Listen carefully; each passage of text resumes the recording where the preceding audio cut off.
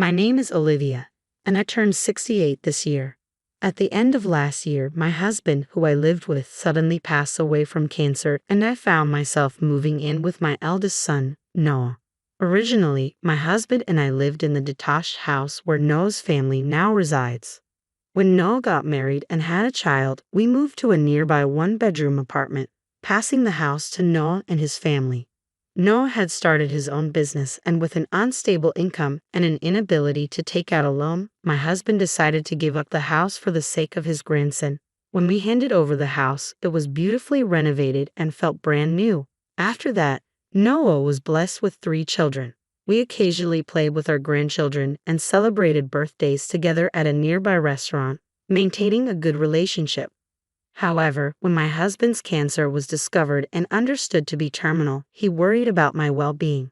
He called Noah and asked him to take care of me and live together once he was gone. I tried to reassure my husband, telling him that I was still healthy and could live alone, but he wouldn't budge. Unable to defy his father's last wish, Noah agreed to live with me. The truth is, ever since we gave up the house, I hadn't been inside Noah's home. I hesitated to visit, thinking his wife, Emma, might not appreciate it. So when I arrived, I encountered a shocking scene. Trying not to be a burden, I had minimized my belongings when I moved to Noah's house. The house was a small 2-bedroom with 1 room on the 2nd floor and 1 on the 1st. When I arrived, Noah said, "Oh, is today the moving day?" Acting clueless. Noah has always been forgetful, a trait that didn't change even in that moment. Entering the house, I saw shoes piled up like a mountain, and there was a strange smell. From the outside, the house looked fine, so I was taken aback. Without showing much concern, Noah muttered, "I only took you in because Dad said so, and honestly, there's no space here," before turning his back and going inside. With no other choice, I quietly followed him in. The first floor was cluttered, and the living and dining areas were filled with shopping bags and trash. It looked like the garbage houses you see on TV, and I was stunned. Emma, Noah's wife, then rose from the sofa. "Mom, I don't have extra beds, so please make some space," she said, and then added, "I'm tired from work," before lying back down. She runs a beauty salon and, according to Noah, earns quite well. When I looked at Noah, he said, "I'm also tired from work, so could you clean up the room a bit?" and went upstairs. As I started to organize the cluttered room, Emma shouted, "Hey, the stuff in the corridor is in the way." I quickly replied, "I'm sorry," and moved things aside. She added, "It's fine to clean, but don't throw anything away," and returned to the living room. After tidying up, I was exhausted. I peeked in and said, "Aren't you going to help with dinner? I'm not your servant." Realizing it was already dinner time, I jumped up and hurried to the kitchen. As expected, the kitchen was a mess, but Emma seemed unfazed, frying a lot of meat. When I asked if I could help, she pointed to the dishes and said, "You can do the dishes. I thought you'd order food delivery for occasions like this," sounding rather displeased. For a moment, I wondered about the norms in this house. Nevertheless, I responded with a smile, "I'm sorry I wasn't thoughtful. Today was hectic, but how about ordering food delivery tomorrow?" This seemed to improve her mood a bit as she replied with a faint smile, "Yes, let's do that." Trying to be understanding, I thought about how messy the house was with 3 kids and Emma working as a salon manager. That evening's dinner was just a pile of meat and bread, with no vegetables or soup. Interestingly, despite living in such a messy house, Emma was particular about clothes. She insisted on washing anything worn once and was strict with her kids about not dirtying their outfits. All of our family members were always well dressed outside, so until now, we didn't notice the state of the house. I began cleaning diligently the next day. Of course, for things I couldn't determine as trash or not, I neatly lined them up and had Emma check them when she returned from work. With the sheer amount of garbage, I asked her for confirmation almost every day, and she started to sound dismissive, often saying, "It's okay, just throw it away." I didn't really want to touch other people's belongings, but the clutter was too much. Also, it was originally our house. Living in the house I once cherished, seeing it in such disarray made me sad. After about a month, I finally finished sorting the garbage, and the house started to look decent. The grandchildren joyfully expressed how it looked like a house from TV and rolled around on the carpet. They also stopped the habit of throwing half-eaten snacks around. Noah and Emma didn't particularly thank me, but since I took the initiative, I wasn't bothered by it. However, I was unaware that Emma, rather than appreciating my efforts, was making comments like, "What's that sarcasm, mother-in-law?" And no one in the family complained or even asked for it. I overheard this one night when I got up to use the bathroom and heard Noah and Emma drinking and talking. Noah sided with Emma, saying things like, "Don't say that," and "I wouldn't have taken my retired mom without Dad's insistence." Feeling down and wondering where I went wrong in raising him, I silently returned to my room.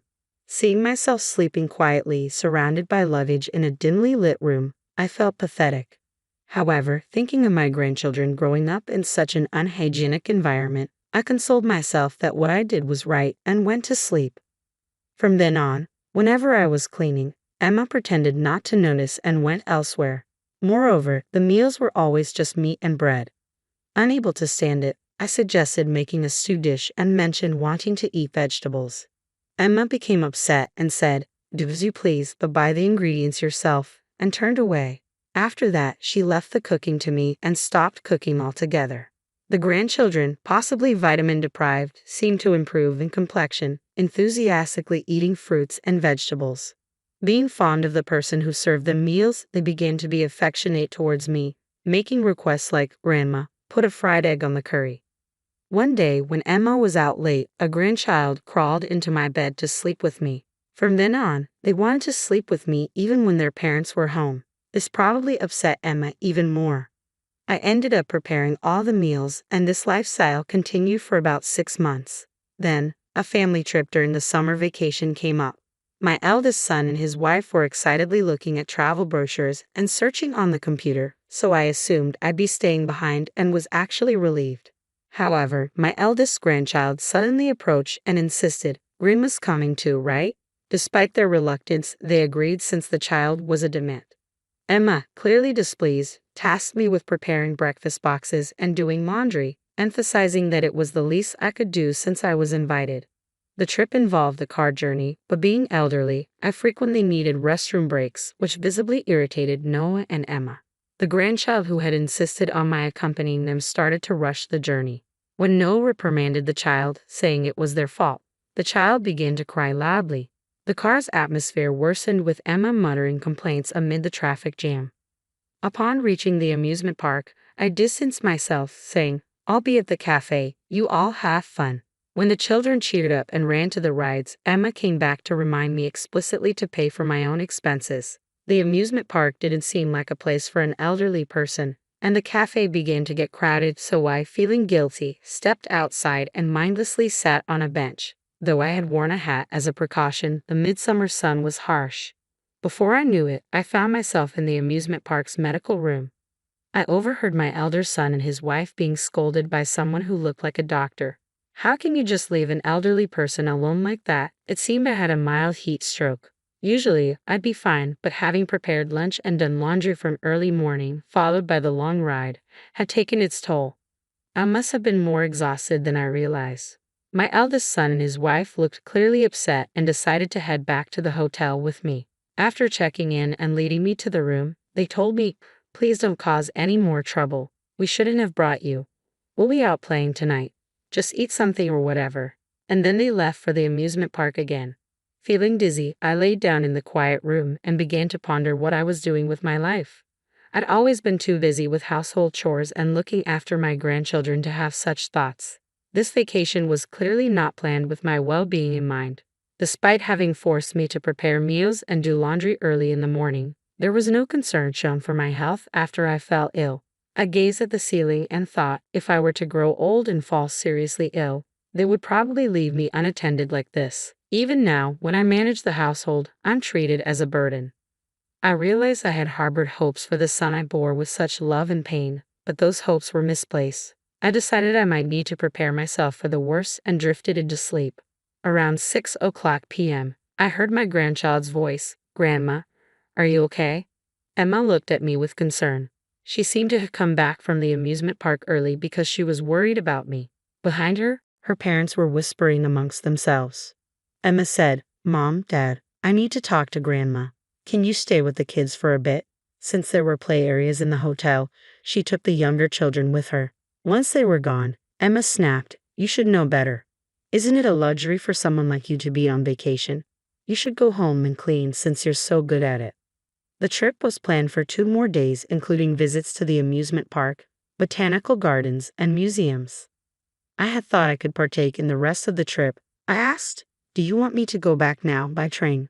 My innocent question was met with anger. My elder son replied, "What else do you expect?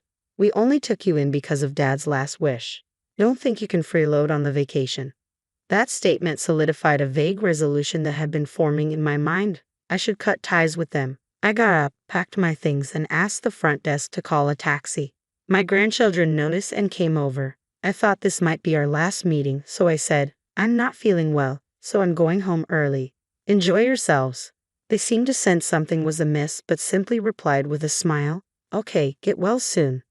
I gave the taxi driver my home address. He asked, "Are you sure you want to go that far?" I showed him my platinum card and asked if it was all right to pay with it. He thanked me and drove me home quietly, ensuring I was comfortable. Once home, I began to clean. I decided to move back to my old condo, which was up for rent but fortunately still vacant. The next day, after packing my belongings, I left my son's house and called a real estate agent. I said, "I want to sell that house." A week later, my son was furious on the phone after a disagreement with the real estate agent who came for the house's evaluation. I went to their house and calmly said, "I've decided to cut ties with you guys, so I've also decided to sell this house. After all, the key to cleaning is to throw away unnecessary things." Both my eldest son and Emma looked puzzled, exclaiming, "Wait, wasn't this Dad's house? I should have inherited it from his estate. This is supposed to be my husband's property, right? What the hell are you doing? Have you lost your mind?" I sighed and asked my eldest son, "You say you inherited it through the estate. Do you remember changing the ownership of this house?" He hesitated. "No, but I just assumed it became mine." "That's not the case," I said. I replied, "Because this house is under my name." The two of them looked baffled, asking, "What do you mean?" "That's what I mean," I continued. "Also, prepare yourself because I'm going to stop the financing to your company." "Financing? What are you talking about?" My son's forgetfulness had always been a problem, but this was truly astounding. "Don't you remember?" I asked. "Every month, I've been transferring money to your bank account. It was under the agreement that you'd use it for business expenses."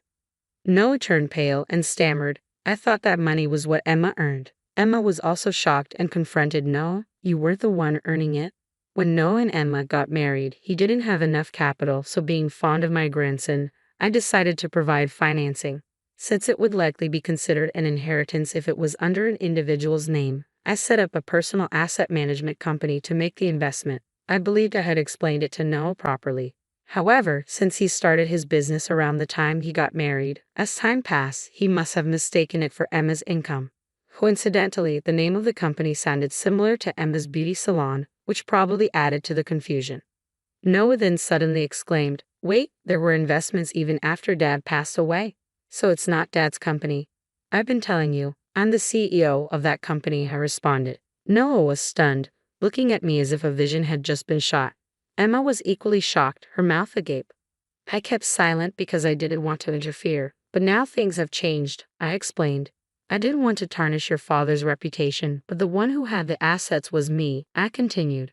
"My parents were wealthy. We got married almost against my parents' wishes. Noah, you never met my parents, but over time, we reconciled, and I inherited their assets when they passed. This inheritance was considered personal property, so it didn't become joint property with your father." Noah exclaimed, "Wait, what? Hold on, wasn't it something Dad had?" "As I've told you repeatedly, your father had almost no inheritance," I replied. It was natural to assume that one would inherit from their father, so knowing Emma's confusion was understandable. However, thinking one would inherit without any formal procedures makes me doubt my son's intellect. Initially, the reason Noah started his business was that he'd get fired wherever he worked. Noah would say, "They just don't see my worth." We weren't sure how to help, but we thought that letting him have free rein with the inheritance wouldn't end well, so we kept providing capital and loans. Noah mistakenly thought of it as Emma's income and used it for living expenses and his business. Meanwhile, Emma's beauty salon business wasn't going well, and she had almost no income. However, she seemed to be carelessly relying on Noah's perceived earnings.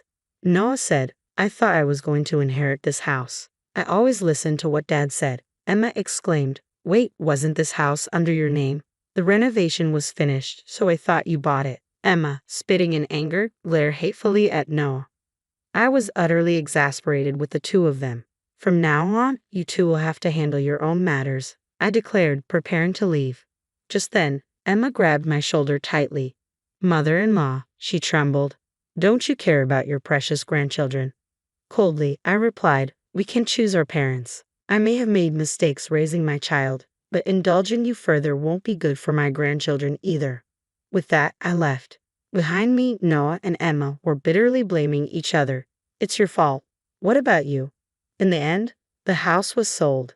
Lacking operational funds, Noah's business went bankrupt shortly after, and the couple divorced. Neither of them wanted custody, so I became the guardian of their children. As for Noah and Emma, they disappeared, and I have no idea where they are or what they're doing. With proper discipline, the oldest grandchild learned to cook, the middle one picked up cleaning, and the youngest mastered tidying up. They seem to have learned that they must fend for themselves. Now, without my intervention, the three of them cooperate and handle household chores efficiently. They likely regard their parents as cautionary tales. I'm grateful that I was able to pass on essential lessons to my grandchildren. Besides their housework and studies, they also care for me.